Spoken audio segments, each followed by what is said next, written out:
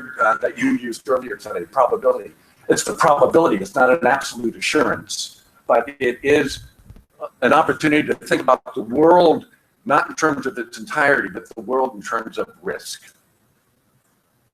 And then, as I mentioned here, it's this interplay between animals, people, and environment. But how do we translate that into action? And work that's very much central to much of the activities that many of you may be involved in has to do with One Health. It's a recognition that we need to bring these sectors together in ways that speak to partnerships within governments, ministries of health, ministries of agriculture, ministries of environment, within private sector, within communities. We need to think about these issues in a much more interactive, holistic way. And One Health has provided us with a framework, a strategic way of thinking about how these interactions might be able to play themselves out operationally. And then lastly, this is really a message for much of the community that I work in, but it's development agencies like the United States Agency for International Development, for banks like the World Bank, partners like that that invest in multiple sectors, not in one. When we think about our colleagues at the U.S. Department of Agriculture, they largely partner with ministries of agriculture. When we think about our colleagues at Centers for Disease Control and Prevention, they largely partner with ministries of health. When we think about One Health, we need to think about how do we bring together ministries of health, ministries of agriculture, ministries of environment. And there are entities out there like USAID, like the World Bank, that as part of their daily bread, work with these multiple sectors and multiple agencies. The challenge within those organizations, within my own, is for us to think and recognize the importance of that strategic relationship and really harness it. But the opportunity is there. So that's an advertisement that I make for my own community, but I'll make it here as well. So I talked to you about hotspots. This is a map that we generated. It's the second version of a map that really tried to understand the underlying drivers, thinking about what it is that forces, and essentially this is about genetics. What are Darwinian genetics? These are about external forces that drive for the selection and the preferential evolution of certain genes for, in this case, emergence of new threats. And there are certain places where they play themselves out in abundance. And the hotspots are largely where we see these red dots. These are places that really speak to both a history. When we go back retrospectively and look at all new diseases, human diseases, since 1940, 75% of those are zoonotic. And within that zoonotic universe, this is where we see their points of emergence coming from.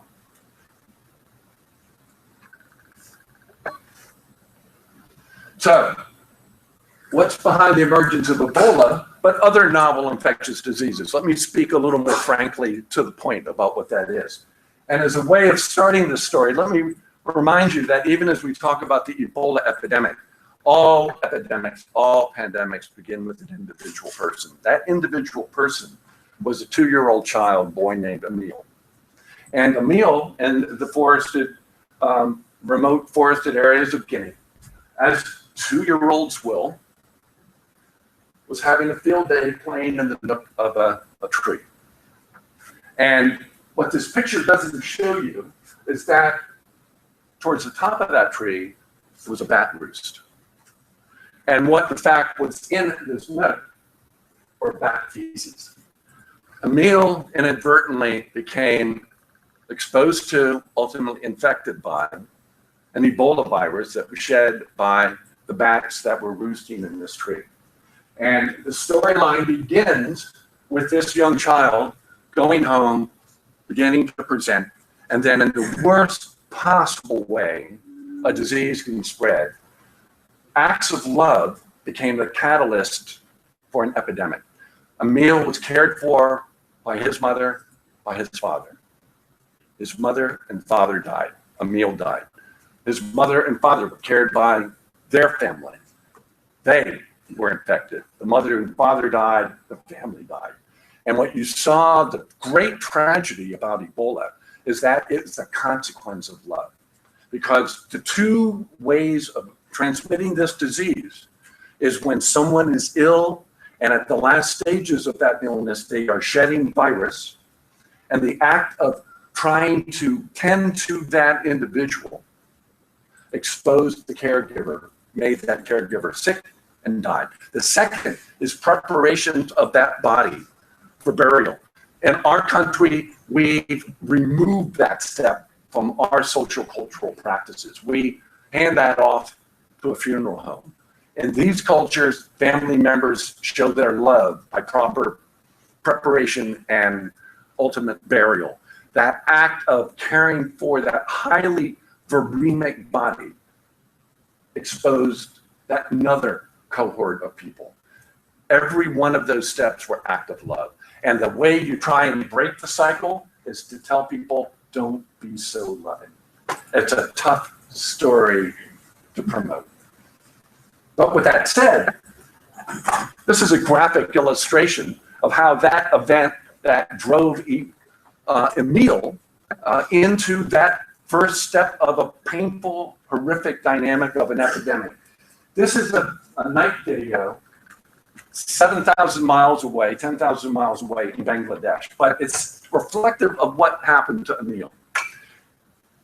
Many of you know about the virus, Nipah virus, highly deadly, 90% mortality rate when spill over into people. These little bats are the carriers.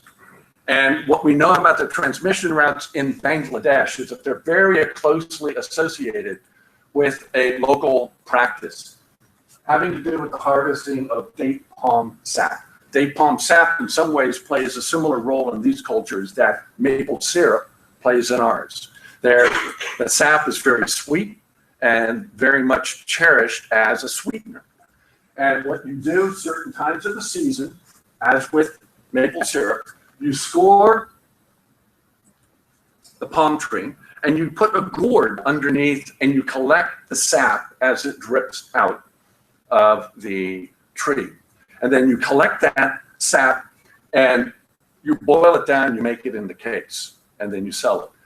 However, there's also recognize that when you collect that sap, at the moment when it's just being collected, it's also a delectable delight that people will like to drink it raw.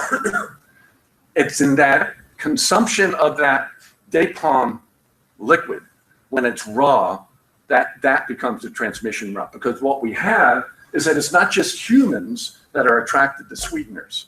Bats love this sap as well. And what you'll see in this video is an image of a bat that is first off licking where the sap is coming out of. We're infected. It's obviously shedding virus into that sap to be collected in that gourd that could then be consumed and begin the process of transmission within that village. What you'll also see in the process of licking, it then turns around and urinates into the gourd, another way of shedding the virus.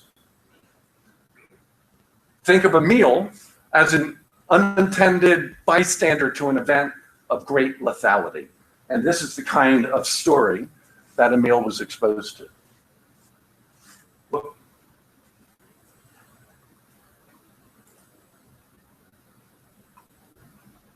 How did I do this before? You set the cursor over it. Hmm? You set the cursor over it. The cursor to where it's on top of it. Yeah, you set the mouse down on the. Oh. That's what I had, yeah. So I just Yeah, you can scroll over. Got it. Thank you. Sure. So again, watch for these two events. Every time you're looking at this bat lick, you're looking at potential shedding of virus, and when it urinates, further shedding of virus into a vessel that then becomes part of a human intake.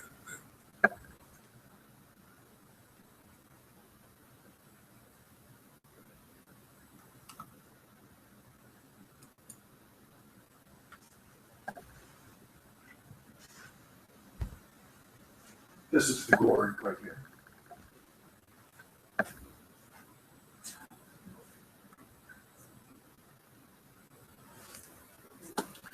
So it's that intimate interaction. We talked about animal-human ecosystem interfacing. If this were a jury trial, this is Exhibit A, right? That it is an event that there's nothing wrong with date palm sap. It's great if you've had it. It's delightful. There is risk, and we live in a risky world. So what I'm going to talk about then, what is the nature of that risky world? Why is this isolated event, in fact, less isolated than it used to be? And fundamentally, all comes back to population. We live, it's hard, you know that old saw about a frog, that if you take a frog and drop it into boiling water, it will, I don't know if it's true or not, so I've never tried this, but you drop a frog in the boiling water, it'll jump out. But if you take that same frog and put it in ambient water and then slowly crank up the temperature, it'll sit there and it'll boil to death. It loses perspective, it loses its sense of where it's been. As a human population, we've done the same thing, because we look around the world right now and we think we live in the world as if it were the same world we've always lived in. We haven't, we don't. This right here is such a radical sort of dynamic across the globe, and we don't even appreciate it. Look, when I was born in 1948, there were about 2.4 or so billion people on the planet Earth. Think about that. There's 5 billion more people on the planet Earth. There's a consequence to that. And you know, when you think about Africa for a moment, Africa has just about 1 billion people. But 100 years ago, it had an estimated 130 million people. You can't have that kind of explosive population growth and not expect consequences. And when we live in a population filled with 7.4 billion people, we think this is the world. We are that frog sitting in ambient water. That's slowly the temperature is rising on it. You can see it in any number of ways in our daily lives. We live in a different world, and that different world plays itself out in fairly significant ways. First off, the world in terms of expanding settlements, the way we live, where we live, the pressures we have on the environment around us have changed dramatically. 7.4 billion people on the planet Earth is far different from the 2.4 when I grew up. And you see that in terms of, I imagine College Station looks a little different today than it did in 1948, right? And it plays itself out globally. But it's also about food security. You can't have 7.4 billion people without thinking about how are you going to feed them. And one has to do with domestic animal production. Animal production is clearly a critical contributor to food security around the world. And feeding a population of 2.4 versus 7.4, you're changing the dynamics. The equilibrium in the world is changing dramatically. And ditto in terms of crop production. We're having huge changes in habitat. And that habitat change has huge consequences on the way the world interacts with each other. And think about how just these three things right here change the way wildlife, domestic animals, and people are brought together. We live in places where we never lived before. Wildlife that has never seen us is now having, either been eliminated or having high frequency interaction. And the frequency of interaction between wildlife and domestic animals in low biosecurity environments is extraordinary. And then it's about natural resources. The cell phones we have, the energy that illuminates our living space, they don't just happen. They come, as you know from this state here, they're a consequence of intense efforts to extract natural minerals from around the world. But more and more, those natural minerals are ending up in places that have had little interaction with human populations. And when you look at where those extractive industries, mining, petroleum, agribusiness, and forestry, you're finding more and more opportunities for populations moving into what used to be remote, isolated wildlife areas. And again, those wildlife represent a reservoir of viral agents that are of significance to us because our immune system, which is our first line of defense against any infection, It only works well when it's been primed by some previous exposure to something similar to what you're now seeing. And when we are now moving populations of people into wildlife domains with viral profiles that our bodies have never seen, then we have problems with the introduction of new infectious disease threats. And the roadways that are very much connected to these extractive industry operations now play to that issue of globalization. Events that used to happen in remote parts of DR Congo, up in Oriental province, increasingly are becoming connected to Kinshasa, and Kinshasa to Houston by virtue of the roads that are being built to drive and move these valuable natural resource goods to our daily lives. So, and again, in an environment that we're trying to meet the needs of 7.4 billion people, soon to be 9, soon to be 11, it's a world that we've never lived in. So all of this drives habitat change. And one of the single biggest predictors of dangerous interactions between people and animals has to do with habitat change. I won't go into a lot of that, but there's good data, good work that does that. And all of that speaks to increasing animal-human contact over and spillover rate. Understanding these dynamics and understanding that these dynamics are particularly playing themselves out in certain geographic areas of the world allow us to think, what can we do? Another important dynamic above and beyond that, and this goes back to that issue about systems, a weak health system anywhere is a threat everywhere, is that when we went back and did an analysis of outbreak events around the world, what we found was the single biggest predictor of an outbreak event had to do with failed human health service delivery. That was the single biggest predictor. And if you've ever been to Liberia, Guinea, or Sierra Leone, you'll note that failed health systems, they have in spades. So again, take those other drivers that I talk about and overlay it in terms of our own failed health systems, further amplifies. And then lastly, about the stages of disease emergence. As I've said, what we're looking at is a significant reservoir, and I'll speak about what that reservoir looks like in a moment, but of viral agents circulating in wildlife. And it's that encroachment into wildlife habitats and changes that bring domestic animals into more frequent interaction and people. So you think about two routes. Think about HIV, and you think about the direct transfer of a simian primate virus into humans by virtue of hunting. And that hunting, again, was for food security purposes.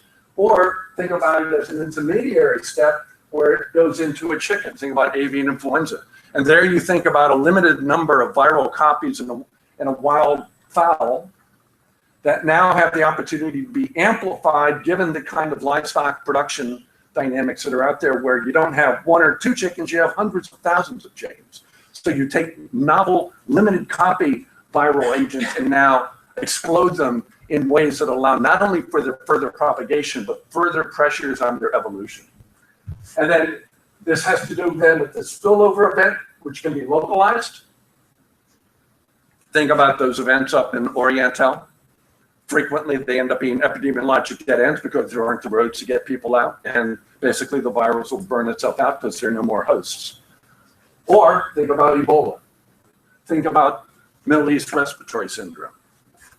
Think about influenzas. So that brings us to the second part of the discussion. This is sort of a background. And this has to do with, okay, let's think about Africa. Because Africa, I would say, is the mother lode. When we look at those dynamics that I just talked about, Africa is the sort of untapped mother lode for maximum chaos in terms of new opportunities for new emergent diseases to come if we don't do our work right. And so what I wanted to do is not talk about Africa of today, but an activity we have underway is to understand between now and 2050, what will the landscape look like in Africa in terms of demand for animal protein and access and production of animal protein? And how might that change over time? And how can we use Asia as a, if you will, distant mirror for understanding that? Because where Africa is today is not that dissimilar to where Asia was in 1950s and 1960s.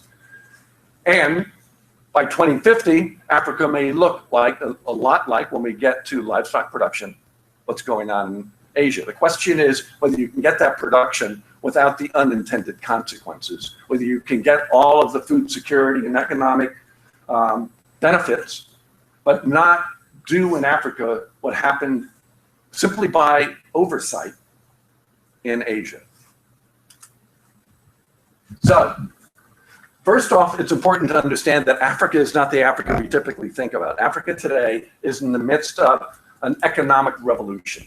It is a place of extraordinary economic growth, and we will see momentarily that that growth is playing itself out in lots of different ways, which talk about the future of Africa is very different than its past. And it's also that, again, as we saw in that earlier population graph, the world we're looking at through Africa, by the time we get to 2050, just on a population basis will be dramatically different. 1 billion people will have morphed into 2 billion people. And remember, just 100 years ago, 1910, 1913, we're talking about 130 million people in all of sub-Saharan Africa. And what you'll see momentarily is that the demand and increase in meat consumption is going to increase 4 to 6-fold, if not more. So, some background information. I think you all know this. I don't really have to say this, but small farm holdings and pastoralism are really the primary production systems, with traditional open markets, the dominant market system. And I talk about markets that when we talk about livestock, it's an umbrella that we need to talk both about production and we need to talk about marketing. When we've seen the greatest risk of spillover and transfer of viral agents in Asia, it's been not at the farm, it's been at the marketplace. And understanding what the market, the value chain dynamics, a word I picked up, a notion I picked up over the last decade, the value chain dynamics are at the heart of future risk or are at the heart of future solutions. And an unmanaged increase in this production and marketing, it really can play itself out in terms of inadvertent adverse consequences on natural resources, such as water and land, increased increased greenhouse gas emissions, zoonotic diseases, and it further exacerbate issues around antimicrobial resistance. So the questions are, what kind of production and market systems will be employed across Africa to meet the surge in demand? What will they look like? And the what will they look like, is it a foregone conclusion, or can you bend the curve? Is there a way of moving what those production systems and marketing systems will look like so that you get the benefits and minimize the risks? Will these systems maximize the benefits? And then lastly, can Africa avoid repeating the Asian experience? And so let me talk a bit about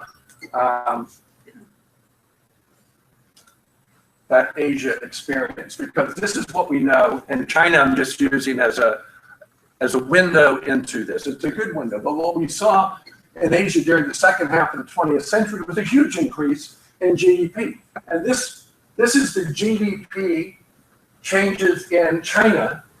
Not surprisingly, in this region here, we're talking about the height of the Cultural Revolution, where obviously economic well-being was at its lowest point within China. But we began seeing market liberalization, farm privatization, and you've seen up through the early part of this century an unbelievable explosion in GDP. And that, as we know, with some shudder in the market dynamics in China recently, we've seen that that has done nothing but further accelerate on this curve. But if you think about how that GDP led into a surge of livestock production, here are examples of how, in the case of poultry, pork, and beef, that rise in purchasing power has translated into a significant increase in the kind of production that is underway. And again, when you think about all of this in the context of those drivers that I talked about before, this is not just happening in a vacuum, it's happening within an ecosystem. So what does that look like in terms of that ecosystem is a critical question. And this is, when we think about poultry, this is one consequence. This is just from 2013 to 2015. Avian influenza, if there's a mother lode for new emergent variants of influenza, China is the center of gravity for all of this. And it has to do with poor biosecurity within the poultry production system. I showed you that graph about exploding increase. Let me give you some numbers. FAO reports that in 1969 that there was something in the order of 50 to 100 million poultry under production in China. But by 2005, that had gone up to 18 billion. When you think about how that production increase was achieved, it was not by bringing in the high biosecurity, sector 1, sector 2, high managed, OIE standard production systems. They largely appropriated the traditional production systems that were suited for 50 million birds.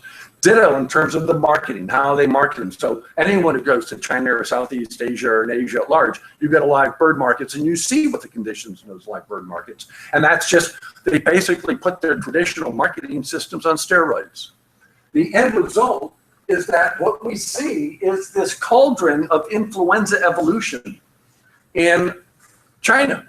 And so we have seen sort of this explosion in a range of influenza variants that are playing themselves out, novel ones that are showing themselves not only infecting and spreading through poultry populations, but infecting people as well.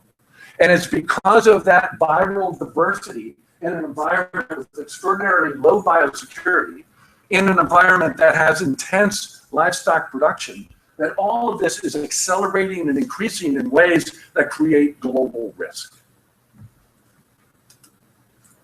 So, hard lessons to learn. And again, learn that we've learned over and over and over again. But again, the surge in livestock production was largely appropriated traditional production and marketing, characterized by low biosecurity. Farms and markets have become cauldrons of viral mixing and points of spillover into human populations. The past decade, the work that we've done, worked with Linda in Egypt and elsewhere in Mali, have really been about dealing with the consequences of not having done this right in the first place, trying to put the genie back in the bottle. That proliferation of H's and N's is not a preordained consequence of having 18 billion poultry. It's a preordained consequence of having 18 billion poultry in low biosecurity environments. And this is the important point. Even as we look at Asia, Africa's biosecurity, particularly at the viral level, biodiversity outstrips Asia. And so as we think about what's in store for Africa, the potential for bringing into Africa the same dynamics that play themselves out in Asia speak to an incredible level of vulnerability that we need to be thinking about today so that we can prevent it. And let me just give you an example. This is work that we've done under our Emerging Endemic Threats program, our PREDICT program. This is viruses discovered in Africa between 2006 and 2010. All of the red ones are new. And these are the species that they largely come out of.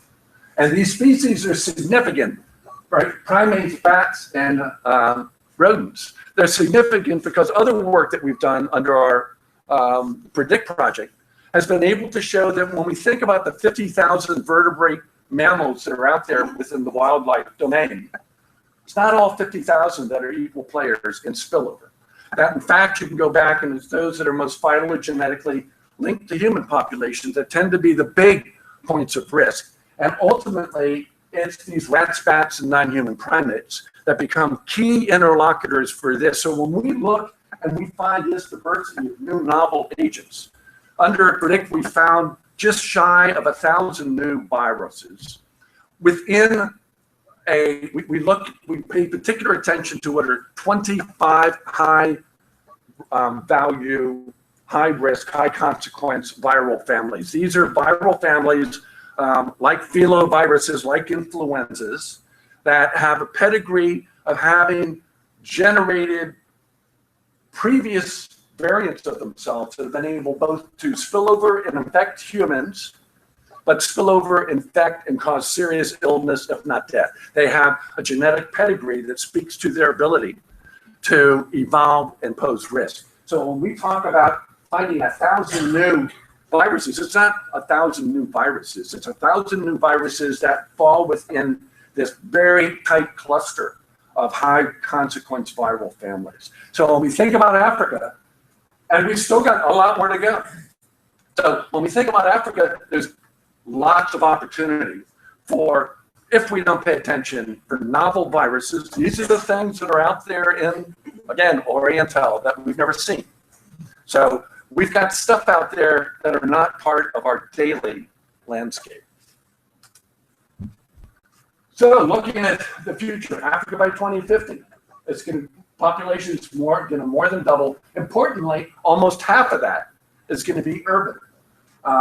And almost half of that is going to be middle class. So think about middle class in terms of purchasing power.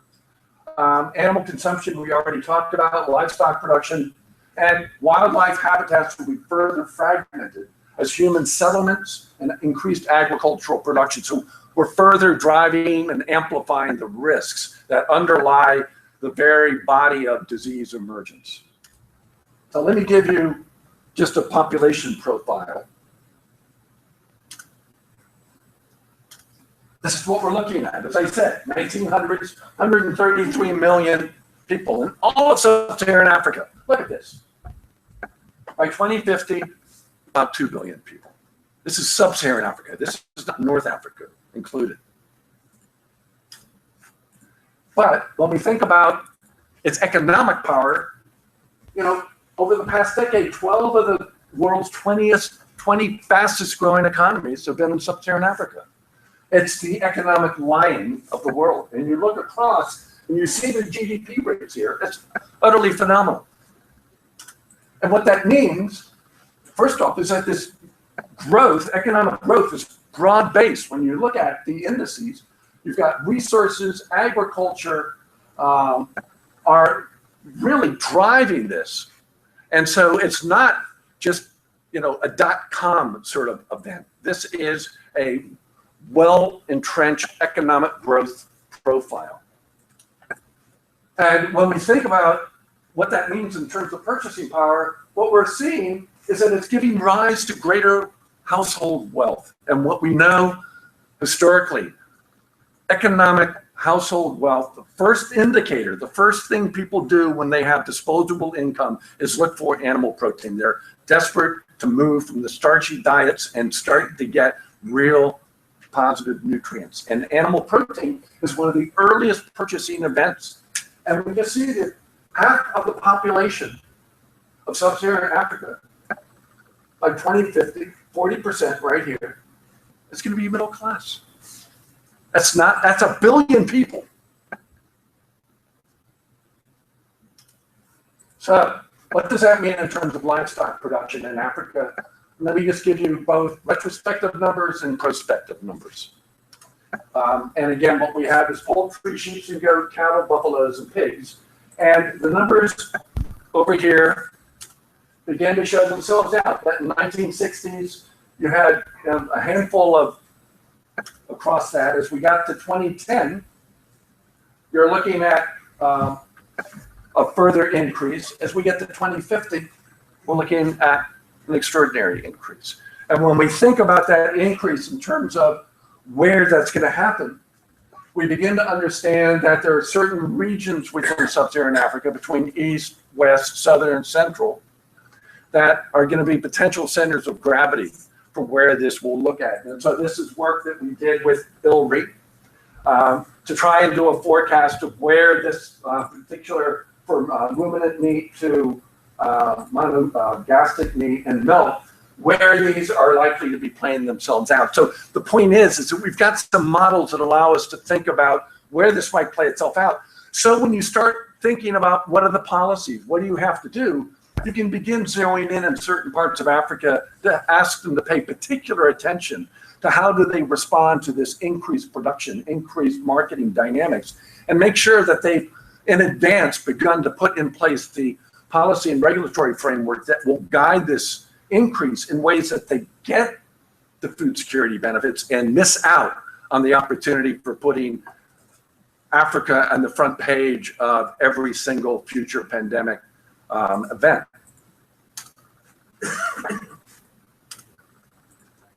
So, learning from the past, you know, it's really about Africa livestock production and marketing systems relative to the projected scale expected by 2050 is really without mortgage on some level. This is not about what we're trying to do in Asia, which is look at fully developed, constituted systems and transform them into things that are much more biosecure. These are systems that are largely to come into play over the next decade or so. The opportunity to bend and mold and guide what those systems will look like, very different than trying to refit something that's already out of shape. And the opportunity is really to guide them with best practices. Everyone in this room knows it's not an absence of knowing what to do, it's the actual execution. So there are excellent standards and norms that OIE have generated that really provide the what and the how. The question is whether there's the will to do it. And that will to do it really has to set both policymakers within government but policymakers within private sector. And how do we drive that discussion in ways that informs them, educates them, and ultimately helps them understand that what they're doing is best for their business, best for their communities, best overall for the return on all of their investment. So with that said, as part of your U.S. taxpaying dollars, we've put into motion what we call Africa Livestock Futures 2050 exercise that we're working with FAO and an assortment of other partners to gather the evidence that speaks with much more granularity than what I have shown here, but what those trends and dynamics look like, how they will play themselves out in terms of consequences, not just in terms of zoonotic diseases, but how they're going to play themselves out in terms of impact on the environment, water degradation, habitat fragmentation, and environmental degradation, how it'll play itself out in terms of climate change. Think how it'll play itself out in terms of antimicrobial resistance, giving policymakers an understanding that the consequences of doing nothing gives you this, the consequences of doing a little bit of this gives you this benefit, a little more of that gives you that benefit, and you can begin rolling it out. So what's the evidence base? And then developing scenario-based policy advocacy with groups like the Africa Union, with the economic unions across Africa, and the ministries appropriate for this discussion to be able to begin developing an intelligent discussion around risk and risk mitigation. And most centrally, private sector. How do we make sure that they understand what they can do is best for their bottom line? That's what they're about. There's nothing wrong with that. That's great. What we want them to understand is that bottom line isn't driven by this year's profits. It's driven by the long-term consequences of how they play their investments out. So, Albert Einstein. You know, he in his own way had a way of looking at the world that speaks to us in many different levels. But you can clearly look at the events that I've been talking about, the dynamics that I'm talking about, and look at what Albert said, which is that you can't solve problems by using the same kind of thinking we use to create them. We need to think about the world in ways that are different. We need to understand, first and foremost, that it's a very hot, boiling tub out there, that we need to think about that frog. We need to understand that the world we're living in today is radically different than the world our parents, our grandparents, our great-grandparents lived in, and that our kids and our grandkids are going to live in. And we need to understand that snapshot to be able to think differently, to act differently. Albert Einstein also went on to say that the definition of madness is doing the same thing over and over and over again and expecting the different result. It's a time not to be mad. So thank you very much.